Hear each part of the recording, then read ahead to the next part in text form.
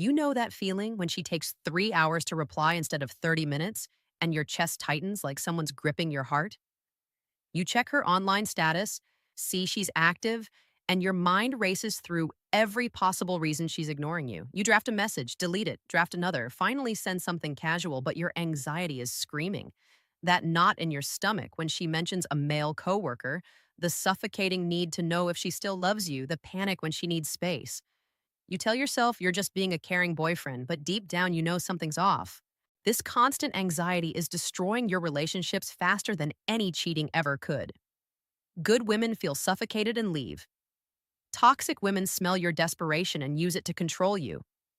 Either way, you're exhausted from monitoring her every mood, interpreting her tone, trying to prevent an abandonment that your behavior is actually creating. You've become a prisoner to your own insecurity, and the cage is killing what could be beautiful connections. Today, I'm going to reveal the exact ways your anxious attachment style is sabotaging your love life and what you must do to heal it. I'm about to show you the subtle mistake that makes her see you as weak, even when you think you're being vulnerable and loving.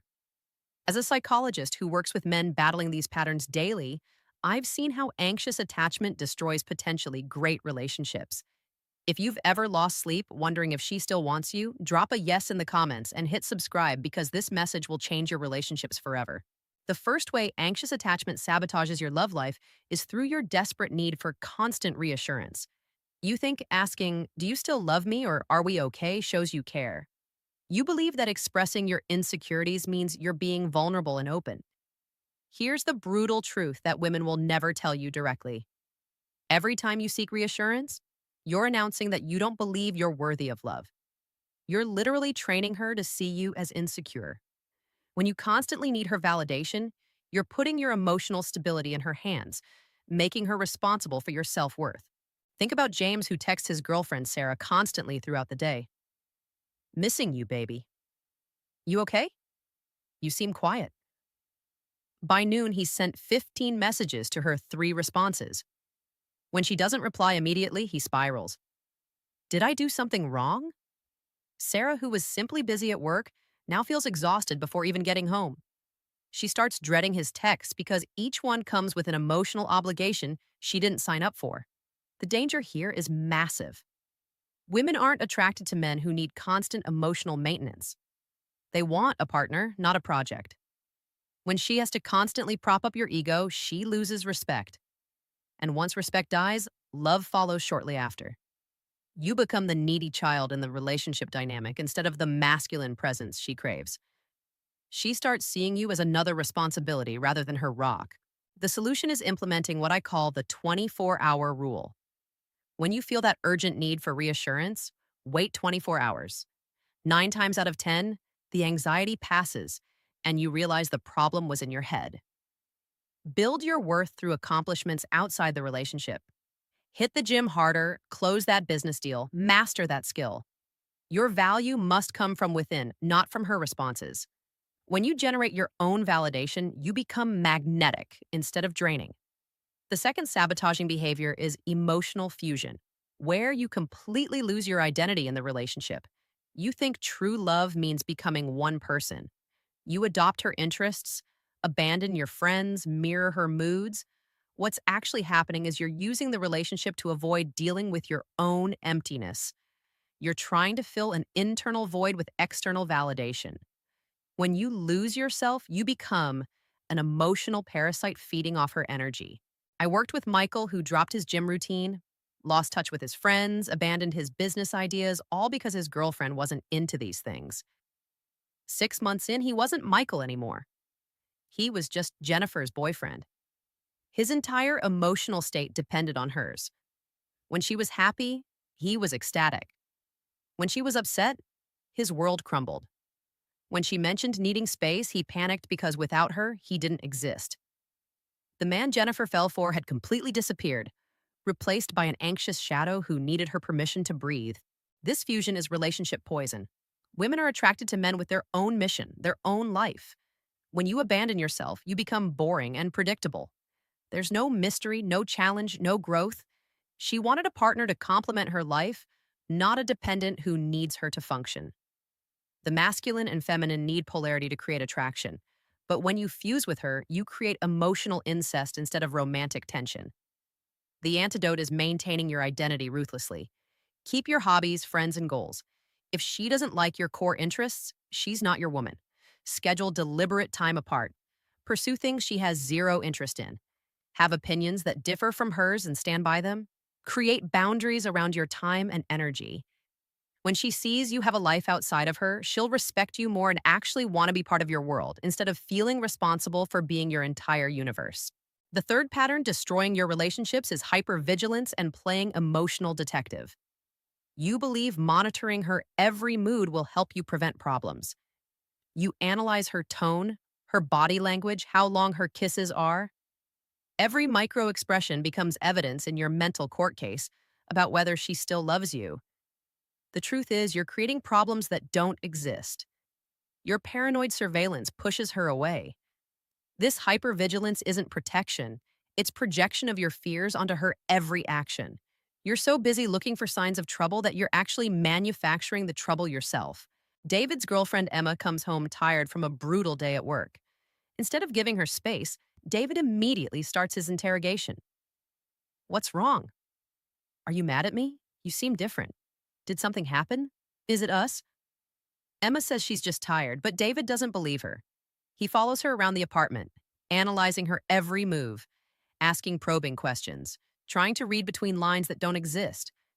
By bedtime, Emma is frustrated and distant, not because anything was wrong initially, but because David's interrogation created the exact tension he was trying to prevent. She can't have a bad day without it becoming a relationship crisis. She can't be quiet without you assuming she's angry. She can't take time for herself without you thinking she's losing interest. You're so busy looking for problems that you miss the good moments. Your anxiety becomes a self-fulfilling prophecy. The more you search for signs of trouble, the more trouble you create. Learn to sit with uncertainty. Not everything needs to be analyzed immediately. When she seems off, give her space to process. Trust that if something's genuinely wrong with the relationship, she'll tell you when ready. Most of the time, her mood has nothing to do with you. Stop making everything about the relationship. Redirect anxious energy into your own activities instead of detective work. Hit the gym when anxiety rises. Call a friend. Work on your goals.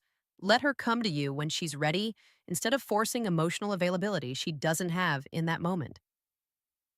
The fourth way anxious attachment destroys relationships is through protest behaviors and emotional manipulation. When you feel her pulling away, even slightly, you pull dramatic moves to get attention. Silent treatment, jealousy games, emotional explosions, social media manipulation. These aren't expressions of love, they're adult tantrums. You're trying to control her behavior through emotional terrorism. Consider Ryan, who posts stories showing him having fun when his girlfriend doesn't text back quickly, hoping she'll see and feel jealous. When that doesn't work, he escalates to silent treatment, ignoring her calls to make her feel what he's feeling. Finally, he explodes with accusations and threats to leave, not because he wants to, but because he's desperate for her to fight for him, to prove she cares. These emotional manipulations are transparent and pathetic. She sees exactly what you're doing. Women don't respect men who throw tantrums for attention. They want emotional stability, not a partner who needs constant crisis to feel secure. These behaviors are manipulation born from insecurity, and once she sees this pattern, she'll never unsee it. Every future interaction becomes tainted with the knowledge that you're capable of emotional blackmail when you don't get your way. Breaking this requires radical emotional responsibility. When triggered, pause before reacting. That pause is everything. Ask yourself if your response is proportional to the situation or if you're reacting to old wounds. Express needs directly instead of through manipulation. Say, I'm feeling insecure and could use some reassurance instead of starting a fight to get attention. Learn to self-soothe without making her responsible for your emotional regulation. Process emotions like a man who owns his inner world, not a boy having a meltdown because mommy didn't give him attention. The fifth sabotaging behavior is mistaking intensity for intimacy. You believe constant emotional highs and lows mean the relationship is passionate and deep. The drama, the fights, the makeups. You think this roller coaster means true love. You're addicted to chaos because it's familiar, not because it's healthy. You're confusing anxiety with excitement, trauma bonding with genuine connection. Watch Alex, who creates drama when things are calm because peace feels uncomfortable. He picks fights just to feel the intensity of reconciliation. He interprets her calmness as lack of caring, so he escalates situations to get emotional reactions. Every conversation becomes a deep, emotional excavation. Every interaction needs to be intense and meaningful. His girlfriend Maria feels like she's on an emotional battlefield, never knowing what version of Alex she'll encounter. The exhaustion from this constant intensity eventually overwhelms any love she felt. This stems from childhood patterns where love and chaos were intertwined. Maybe affection in your family came after arguments, or attention only arrived during crisis. Your nervous system learned that calm means abandonment and chaos means connection. Now you recreate these patterns, but mature love is stable and consistent. Real intimacy happens in quiet moments of presence, not emotional storms. It's built through thousands of small, consistent interactions, not dramatic peaks and valleys. Learn to tolerate calm. When things are peaceful, resist the urge to create waves. Notice when you're manufacturing drama and ask what you're really seeking. Often it's connection, but you're going about it destructively. Practice being present in quiet moments. Watch a movie without needing to have a deep conversation about feelings. Enjoy a meal without turning it into relationship therapy. Build intimacy through consistent, calm interactions rather than emotional extremes. Love doesn't have to hurt to be real. If it hurts all the time, it's not love, it's addiction. The sixth pattern is premature emotional investment and moving too fast. You think going all in immediately shows you're serious about love. You say, I love you after 2 weeks, plan the future after a month, want to move in after 3. You're not falling in love with her, you're falling in love with the idea of not being alone. This rushing stems from believing you must lock her down before she realizes she can do better. You're operating from scarcity, not abundance. Brandon meets Nicole on a dating app. After one good date, he's already planning their future. By week 2, he's saying, I love you and texting constantly about how she's changed his life. By month 1, he's talking about moving in together and meeting parents. Nicole feels suffocated by the intensity and speed. She hasn't had time to develop genuine feelings because Brandon's emotional tsunami overwhelmed her from the start. She pulls back, confirming Brandon's fear that he's too much for anyone to love. This desperation is palpable and repulsive to emotionally healthy women. It signals you're not choosing her specifically, but rather using her to medicate your loneliness. You're so afraid of being alone that you'll attach to anyone who shows interest. Women can feel when you're using them as an emotional band-aid, rather than genuinely connecting with who they are as a person. The solution is pacing and patience. Let relationships unfold naturally instead of forcing them. Date multiple people initially to avoid over-investing in one person too quickly. This isn't about playing games. It's about maintaining perspective. Have a life so full that adding someone is a bonus, not a necessity. Match her investment level instead of always being 10 steps ahead. If she texts once, you text once. If she says she likes you, you say it back, but don't jump to love. Build connection gradually through shared experiences rather than emotional dumping. Remember, healthy women want to earn your commitment, not have it thrown at them desperately like a life preserver to a drowning man. The seventh major pattern is jealousy and possessiveness disguised as protection. You think jealousy shows you care? You believe guarding her from other men proves love? But this possessiveness isn't protection, it's prison. You're not guarding her, you're guarding against your own insecurity. Carlos interrogates his girlfriend Ashley about every male coworker. When she goes out with friends, he needs a full roster of who'll be there. He checks her social media constantly, questioning every like and comment from other men. He says he trusts her, but not other men, but really he trusts neither.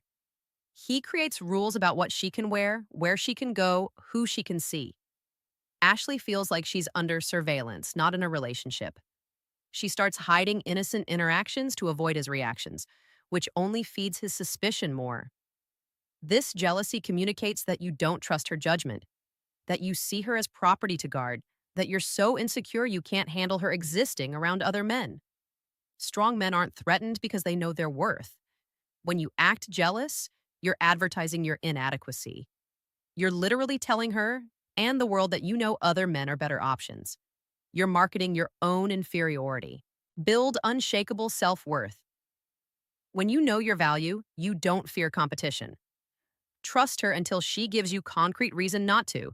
And if she does, leave with dignity instead of trying to control her. Understand that you cannot prevent cheating through surveillance. If she wants to cheat, she will find a way regardless of your jealousy. In fact, your controlling behavior might push her toward the very thing you fear.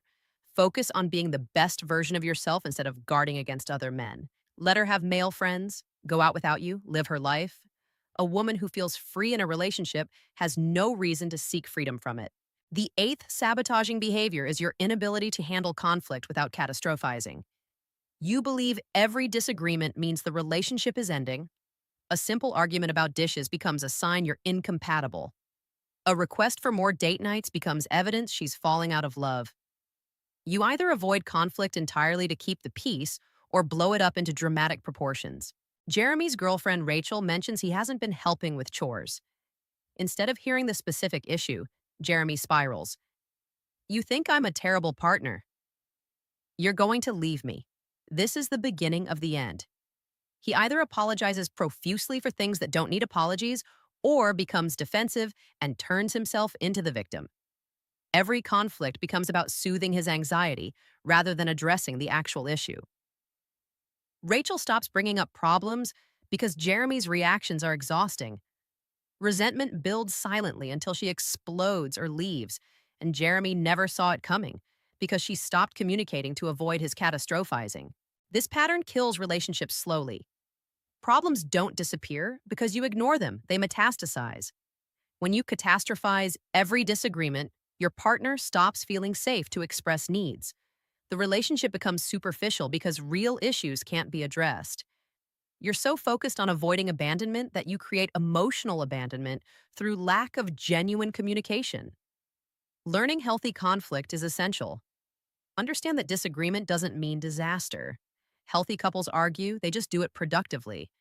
When she brings up an issue, listen without making it about your fear of abandonment. Address the specific problem without globalizing it to the entire relationship. If she says you don't help with dishes, discuss dishes. Don't spiral into, you think I'm a terrible partner. Stay present with the actual issue instead of catastrophizing into worst case scenarios. Use conflict as an opportunity for growth and understanding, not a threat to defend against. The ninth pattern is using sex as a validation tool rather than genuine intimacy. You believe sexual frequency proves she loves you. You use sex to soothe anxiety, to feel wanted, to confirm the relationship is okay. When she's not in the mood, you take it as personal rejection. You pressure, pout, or panic when sexual frequency naturally decreases. Mark needs sex to feel secure. When his girlfriend Lisa is tired or stressed, Mark takes it personally. Don't you find me attractive anymore? Are you getting it somewhere else? Couples who don't have sex are just roommates. Lisa starts having obligation sex to avoid Mark's emotional reactions. She begins resenting sexual encounters and loses genuine desire. The very thing Mark uses to feel secure becomes the source of relationship destruction. This sexual validation seeking kills genuine intimacy. When sex becomes about soothing your anxiety rather than mutual pleasure and connection, it becomes a chore for her. She feels used for your emotional regulation rather than desired as a woman. The pressure you create actually decreases her libido because anxiety and obligation are arousal killers. You're creating the dead bedroom you fear through your desperate need for sexual validation. Healing this requires separating sex from emotional validation. Build your sense of worth through achievements, friendships, and self-development, not through how often she sleeps with you. Understand that sexual frequency naturally fluctuates in relationships and doesn't indicate love levels. Focus on quality over quantity. Create genuine intimacy through emotional connection, which naturally leads to better sex. When she's not in the mood, respect it without taking it personally. Remove pressure and watch desire return naturally. Remember, a woman who feels pressured for sex will never genuinely desire you. These patterns aren't just bad habits, they're relationship assassins that kill love slowly or suddenly, but always inevitably. The goal isn't becoming cold or unavailable, it's developing such strong internal security that you don't need constant external validation. It's about loving from abundance, not desperation. It's about being the kind of man who adds value to a relationship instead of desperately extracting validation from it. A woman cannot respect a man she has to constantly reassure. Every time you seek validation, you're telling her you're not enough. If you don't believe in your worth, why should she? The little boy inside, terrified of abandonment, is running your adult relationships. But you're not that boy anymore. You're a man who can meet his own needs, who can self soothe, who can stand strong whether she stays or goes. Start with therapy. I know therapy seems weak to some of you, but you know what's actually weak? Repeating the same destructive patterns and expecting different results. Build a life you're excited about independent of any relationship. Pursue goals that matter to you, develop skills that make you valuable, create friendships that fulfill you. When your life is full, you won't need a relationship to complete you. Practice being alone, not lonely. There's a difference. Spend time with yourself without distraction. Learn to enjoy your own company. If you can't stand being alone with yourself, why would anyone else want to be with you? Remember, she chose you. Stop acting like you tricked her into it. Own your worth. Act like the prize because if you don't believe you are, neither will she. Your anxious attachment makes you attracted to wrong women. You're drawn to unavailable women because the chase feels familiar. You mistake anxiety for chemistry, trauma bonding for connection. Healing means changing what you're attracted to, choosing secure women who might feel boring at first because they don't trigger your trauma. The woman who's right for you won't constantly trigger your anxious attachment. If you're always walking on eggshells, she's not your person. Stop apologizing for existing. Take up space. Have needs. Express desires. Be unapologetically yourself. Your neediness isn't love, it's addiction. Love is wanting the best for someone even if it doesn't include you. Love is secure enough to give space. You cannot love someone into loving you. You cannot control another person's feelings through behavior. All you can do is be your best self and let them choose. The healing journey isn't quick or easy. It gets months or years of consistent work. But on the other side is freedom from constant anxiety, freedom from fear of abandonment, freedom to love without desperation. Start today. Book the therapy appointment. Join the men's group. Start meditating. Hit the gym. Take one small step toward healing, then another tomorrow. Your future relationships depend on the work you do now. You are not broken or unworthy of love.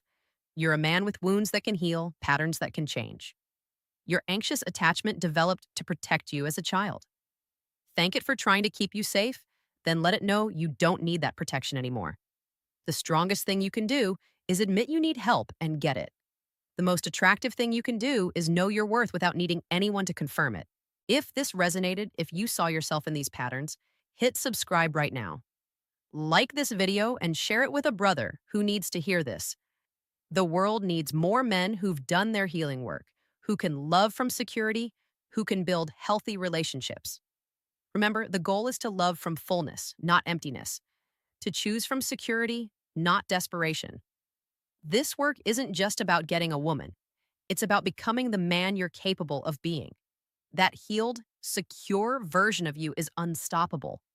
Heal yourself, or you will keep bleeding on people who didn't cut you. The choice is yours. The time is now. Your transformation begins the moment you decide you've had enough of old patterns and you're ready for something new. That moment is this moment if you choose it to be.